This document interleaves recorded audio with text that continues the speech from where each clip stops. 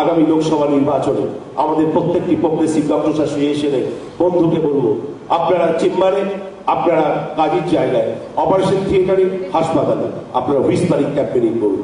উলুবেড়িয়া উত্তরের তৃণমূল বিধায়ক নির্মল মাঝির এই মন্তব্য ঘিরে শুরু হয়েছে বিতর্ক। সোমবার হাওড়া শরৎ সদনে তৃণমূল সমর্থিত চিকিৎসক সংগঠনের এক অনুষ্ঠানে নির্মল মাঝি বলেন, হাসপাতাল, চেম্বার, অপারেশন থিয়েটারে তৃণমূলের হয়ে হুইসপার ক্যাম্পেইন করুন।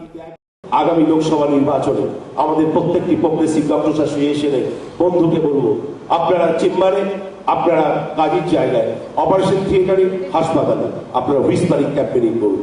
আমাদের জননেত্রী আগামী নির্বাচনের পরে তিনি হচ্ছেন ভারত নেত্রী, দেশনেত্রী। তাই তাকে সমর্থন করার জন্য ভাবী প্রধানমন্ত্রী 42-0 করতে হবে। 42টা আসনে আমাদের জিততে হবে। নির্মল মাঝির এই বক্তব্যের কড়া সমালোচনা করেছে বিরোধীরা।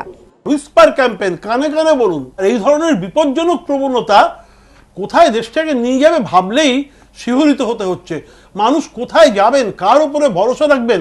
ডাক্তারের কি কোনো রাজনৈতিক পরিচয় হয়? যদি দেখা যায় অপারেশন থিয়েটারের ভেতরে ডাক্তারবাবু কে প্রার্থী হবেন তাকে জেতাবার কথা বলছেন, তাহলে আমাদের দেশের যারা রুগীকে হাসপাতালে পাঠিয়ে নিশ্চিন্তে বাইরে অপেক্ষা করেন উৎকণ্ঠায়, তারা তো আজকে আতঙ্কিত হয়ে যাবেন একটাই কারণে।